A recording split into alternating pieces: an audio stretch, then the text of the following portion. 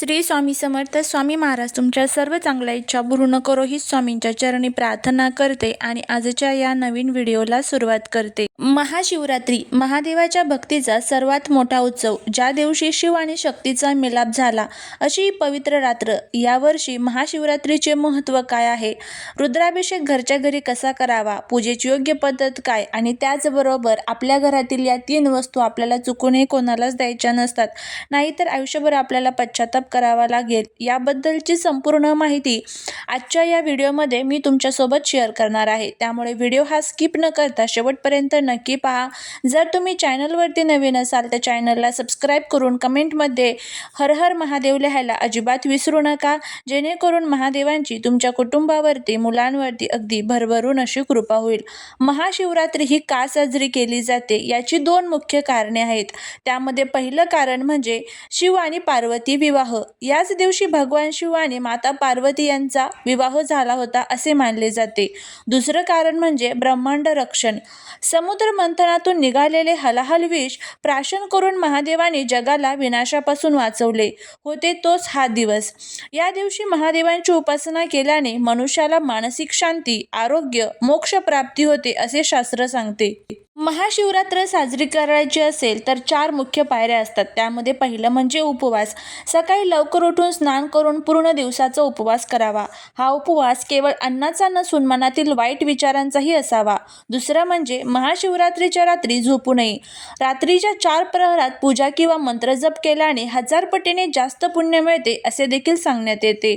तिसरं म्हणजे मंत्रजप. ओम नमः शिवाय किंवा महामृत्युंजय मंत्रांचा सतत जप करावा. गरीबांना अन्न किंवा वस्त्र दान करणे या दिवशी अत्यंत शुभ मानले जाते.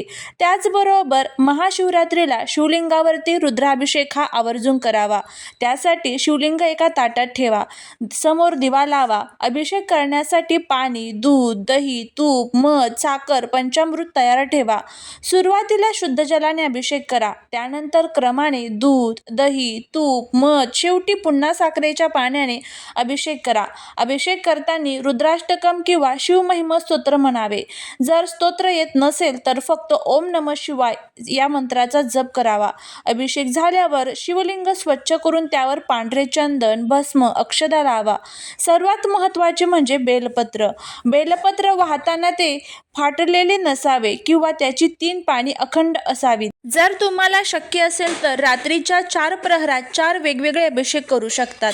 पहिला प्रहर दुधाने अभिषेक करावा, दुसरा प्रहर दह्याने अभिषेक करावा, तिसऱ्या प्रहरात तुपाने अभिषेक करावा, चौथ्या प्रहरात मध किंवा रसाने अभिषेक करावा. निश्चित काळ हा महाशिवरात्रीचा सर्वात महत्त्वाचा काळ मानला जातो. शास्त्रानुसार याच काळात भगवान शिव शिवलिंगाच्या रूपात प्रकट झाले होते. हा काळ मध्यरात्रीचा असतो, जेव्हा निसर्गातील ऊर्जा सर्वोच्च स्तरावर असते. यावेळी केलेली पूजा, साधना किंवा मंत्रजप इतर कोणत्याही वेळेपेक्षा 1000 पटीने अधिक फलदायी ठरते. 2026चा निश्चित काळ हा 15 फेब्रुवारीच्या मध्यरात्री 12:09 पासून ते 1:01 असणार आहे. या काळात महादेवाला अभिषेक करणे, ओम नमः शिवाय जप करणे सर्वात उत्तम मानले जाते. महाशिवरात्रीची रात्र 4 भागात विभागलेली असते, ज्याला प्रहर म्हणतात. प्रत्येक प्रहरात महादेवाची पूजा केल्याने जीवनातील सगळे वेगवेगळ्या समस्या दूर होतात. हा प्रहर मानवी जीवनातील काम, इच्छा दर्शवतो. यावेळी महादेवाला दूध अभिषेक करावा. यामुळे शारीरिक आरोग्य सुधारते आणि मनातील इच्छा पूर्ण होतात. हा प्रहर अर्थ संपत्ती दर्शवतो. यावेळी महादेवाला दह्याने अभिषेक करावा. त्याचबरोबर आर्थिक अडचणी दूर होताना जीवनात समृद्धी येते असं देखील म्हणण्यात येतं. महाशिवरात्रीच्या दिवशी केलेली पूजा जितकी फलदायी असते तितकेच काही नियम पाळणे महत्त्वाचे असते. महाशिवरात्रीला 10 गंभीर चुका ज्या आहेत तर त्या आपल्याला चुकूनही करायच्या नसतात. त्यामध्ये सर्वात मोठी चूक म्हणजे शिवलिंगाची पूर्ण गोल प्रदक्षिणा घालणे. शिवलिंगाचे सोमसूत्र म्हणजेच जिथून अभिषेकाची पाणी बाहेर येते कधीही ओलांडू नये, तिथूनच परत फिरावे, यालाच अर्धप्रदक्षिणा म्हणतात. दुसरं म्हणजे तांब्याच्या पात्रातून पाणी वाहणे शुभ असते, मात्र तांब्या दुधाच्या कलशात दूध टाकणे हे विषासमान होते. दुधाचा अभिषेक करण्यासाठी नेहमी स्टील, चांदी किंवा पितळाच्या पात्राचा वापर करावा. तिसरं म्हणजे हळद किंवा कुंकवाचा वापर. भगवान शिव हे वैराग्य आणि भस्म अंगाला लावणारे देव आहेत. हळद आणि कुंकू हे स्त्रीच्या सौभाग्याच्या संबंधित मानले जातात. म्हणून शिवलिंगावर हळद कुंकू वाहू नये. त्याऐवजी पांढरे चंदन, लाल चंदन किंवा भस्म लावावे. भगवान शिवाने जलंधर राक्षसाचा वध केला होता, ज्याची पत्नी वृंदा होती. तेव्हापासून महादेवाच्या पूजेत तुळस वर्ज्य आहे. महादेवाला फक्त बेलपत्र आणि शमीची पाने प्रिय आहेत. तुळस चुकूनही वापर करू नये. तिसरं म्हणजे पौराणिक कथेनुसार केतकीच्या फुलाने ब्रह्मदेवाच्या असत्याला साथ दिली होती, म्हणून महादेवाने केतकीला शाप दिला.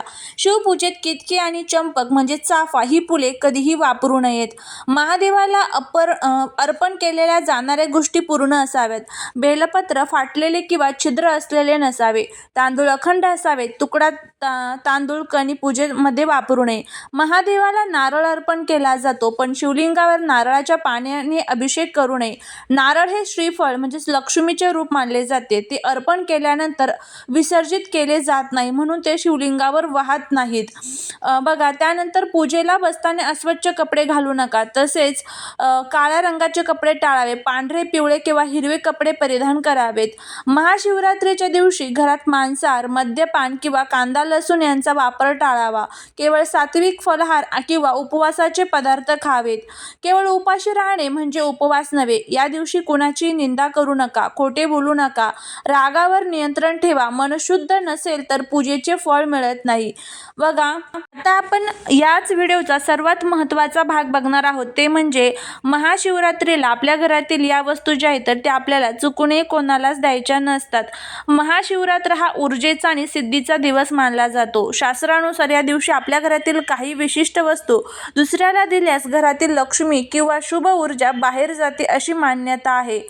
त्यामुळे या वस्तू चुकूनही कोणालाच द्यायच्या नाही. त्यामध्ये सर्वात पहिली वस्तू ते आहे म्हणजे पांढऱ्या वस्तू. घरातील दूध, दही, साखर. पांढरा रंग हा चंद्राच्या आणि महादेवाच्या संबंधित आहे.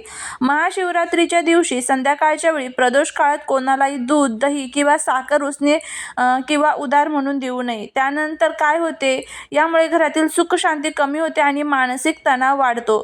दुसरी वस्तू आहे जी ती म्हणजे मीठ. मीठ हे घरातील समृद्धीचे प्रतीक मानले जाते. या दिवशी मीठ दुसऱ्याला दिल्यास घरातील बरकत कमी होते. मीठ उसने दिल्याने कर्ज वाढण्याची शक्यता असते आणि घरातील नकारात्मकता वाढते. तिसरं म्हणजे कात्री, सुरी किंवा टोकदार वस्तू. महाशिवरात्री हा प्रेमाचा आणि जोडण्याचा सण आहे. या दिवशी कोणालाही कात्री, सुरी किंवा सुई यासारख्या टोकदार वस्तू देऊ नये. यामुळे नात्यांमध्ये दुरावा निर्माण होतो. घरात विनाकारण कटकटी सुरू होतात. चौथा म्हणजे पैसे उधार किंवा उसने देणे. महाशिवरात्रीला गरिबांना दान करणे उत्तम आहे, पण कोणालाही उधार पैसे देऊ नका.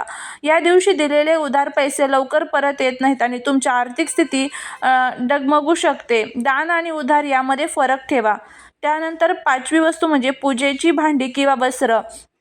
तुमच्या वापरातील पूजेची ताटली, कलश किंवा तुम्ही परिधान केलेले वस्त्र या दिवशी कोणालाही देऊ नका. तुमच्या साधनेचे आणि पूजेचे पुण्य त्या वस्तूसोबत दुसऱ्याकडे जाते अशी धारणा आहे. असे मानले जाते की महाशिवरात्रीच्या दिवशी ग्रहांची स्थिती अशी असते की आपल्या घरातील ऊर्जा आपल्या वस्तूंमध्ये साठलेली असते. तेव्हा आपण या महत्त्वाच्या वस्तू दुसऱ्याला देतो, तेव्हा आपण नकळत आपल्या घराचे भाग्य दुसऱ्याला देतो. यामुळे घरात दरिद्रता येऊ शकते किंवा कामात अडथळे निर्माण होऊ शकतात. त्यामुळे या गोष्टी आपल्याला पाळायच्या आहेत. झालेली सेवा महाराजांच्या चरणी रुजू करते. श्री स्वामी समर्थ.